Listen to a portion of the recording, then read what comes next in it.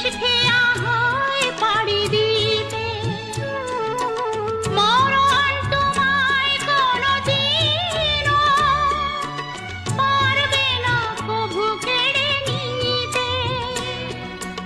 ও